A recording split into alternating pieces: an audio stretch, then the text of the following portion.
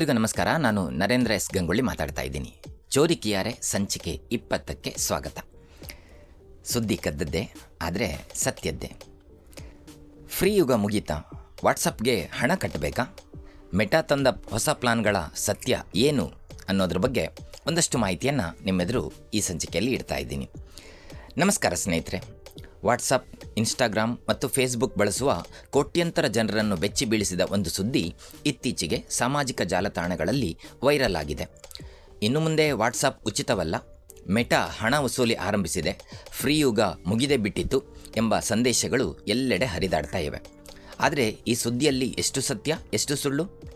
ಇಂದು ನಾವು ಆ ವೈರಲ್ ಸುದ್ದಿಯ ಹಿಂದಿನ ನಿಜವಾದ ಕಥೆಯನ್ನು ತಿಳಿದುಕೊಳ್ಳೋಣ. ನಿಜವಾಗಿಯೂ ವಾಟ್ಸಪ್ಗೆ ಹಣ ಕಟ್ಟಬೇಕಾ? ಉತ್ತರ ಒಂದೇ ಪದದಲ್ಲಿ ಹೇಳೋದಾದರೆ ಖಂಡಿತ ಇಲ್ಲ.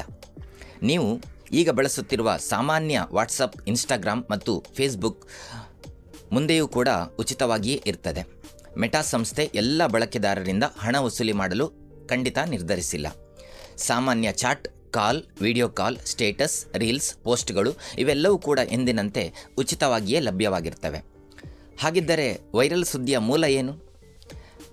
ಕೇಳಿಸ್ಕೊಳ್ಳಿ.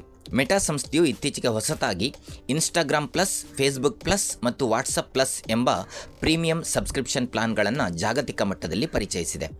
ಆದರೆ ಇವು ಖಂಡಿತ ಕಡ್ಡಾಯವಲ್ಲ. ಹೆಚ್ಚುವರಿ ಸೌಲಭ್ಯಗಳನ್ನು ಬಯಸುವವರಿಗೆ ಮಾತ್ರ ಇದು ಅನ್ವಯ ಆಗ್ತವೆ. ಅಂದರೆ ಸಾಮಾನ್ಯ ರೈಲು ಟಿಕೆಟ್ ಇದ್ದ ಹಾಗೆ ಫಸ್ಟ್ ಕ್ಲಾಸ್ ಟಿಕೆಟ್ ಕೂಡ ಇರುವ ಹಾಗೆ. ಅಷ್ಟಕ್ಕೂ ವಾಟ್ಸಪ್ ಪ್ಲಸ್ನಲ್ಲಿ ಏನಿದೆ ಅಂತ ಕೇಳ್ತೀರಾ? ವಾಟ್ಸಪ್ ಪ್ಲಸ್ ಬಳಸುವವರಿಗೆ ಕಸ್ಟಮ್ ಥೀಮ್ಗಳು, ವಿಶೇಷ ರಿಂಗ್ ಟೋನ್ಗಳು, ಹೆಚ್ಚು ಚಾಟ್ಗಳನ್ನು ಪಿನ್ ಮಾಡುವಂಥ ಅವಕಾಶ, ಪ್ರೀಮಿಯಂ ಸ್ಟಿಕ್ಕರ್ಗಳು, ಚಾಟ್ ಲಿಸ್ಟ್ ಕಸ್ಟಮೈಸನ್ ಮಾಡುವಂತಹ ಸೌಲಭ್ಯ ಇತ್ಯಾದಿ ವಿಶೇಷ ಸೌಲಭ್ಯಗಳು ದೊರೆಯಲಿವೆ. ಆದರೆ ಗಮನಿಸಿ, ನಿಮ್ಮ ಮೆಸೇಜ್ಗಳು, ಕಾಲ್ಗಳು, ಎಂಡ್ ಟು ಎಂಡ್ ಎನ್ಸ್ಕ್ರಿಪ್ಷನ್ ಇವೆಲ್ಲವೂ ಕೂಡ ಉಚಿತವಾಗಿಯೇ ಮುಂದುವರಿಯುತ್ತವೆ.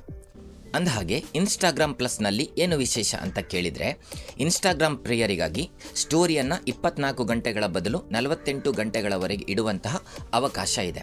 ಸ್ಟೋರಿ ನೋಡಿದವರ ಲಿಸ್ಟ್ ಹುಡುಕುವಂಥ ವ್ಯವಸ್ಥೆ ಸಿಗಲಿದೆ. ಪ್ರೊಫೈಲ್ ಕಸ್ಟಮೈಸೇಷನ್, ವಿಶೇಷ ರಿಯಾಕ್ಷನ್ಗಳು, ಹೆಚ್ಚುವರಿ ಸ್ಟೋರಿ ಇನ್ಸೈಟ್ಸ್, ಹೀಗೆ ಹಲವಾರು ವಿವಿಧ ಫೀಚರ್ಗಳು ಲಭ್ಯ ಆಗ್ತವೆ.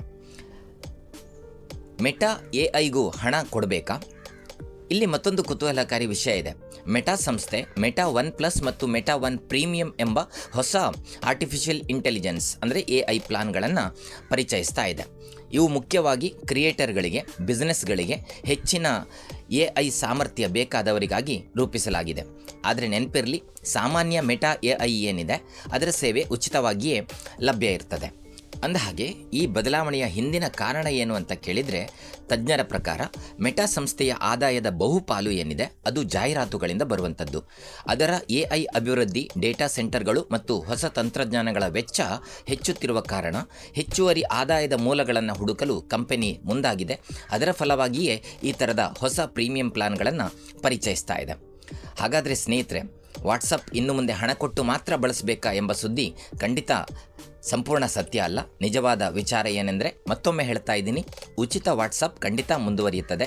ಹಣ ಪಾವತಿಸಬೇಕಾಗಿರುವುದು ಕೇವಲ ಹೆಚ್ಚುವರಿ ಸೌಲಭ್ಯಗಳನ್ನು ಬಯಸುವವರಿಗಾಗಿ ಮಾತ್ರ. ಹೀಗಾಗಿ ಫ್ರೀ ಯುಗ ಇನ್ನೂ ಮುಗಿದಿಲ್ಲ, ಆದರೆ ಪ್ರೀಮಿಯಂ ಯುಗ ಮಾತ್ರ ಆರಂಭವಾಗಿದೆ. ಎನಿವೆ, ಮತ್ತೊಂದು ಇಂಟ್ರೆಸ್ಟಿಂಗ್ ಸಂಗತಿಯೊಂದಿಗೆ ನಾಳೆ ಸಿಗ್ತೀನಿ. ಎಲ್ಲರಿಗೂ ಒಳ್ಳೆಯದಾಗಲಿ. Thank you.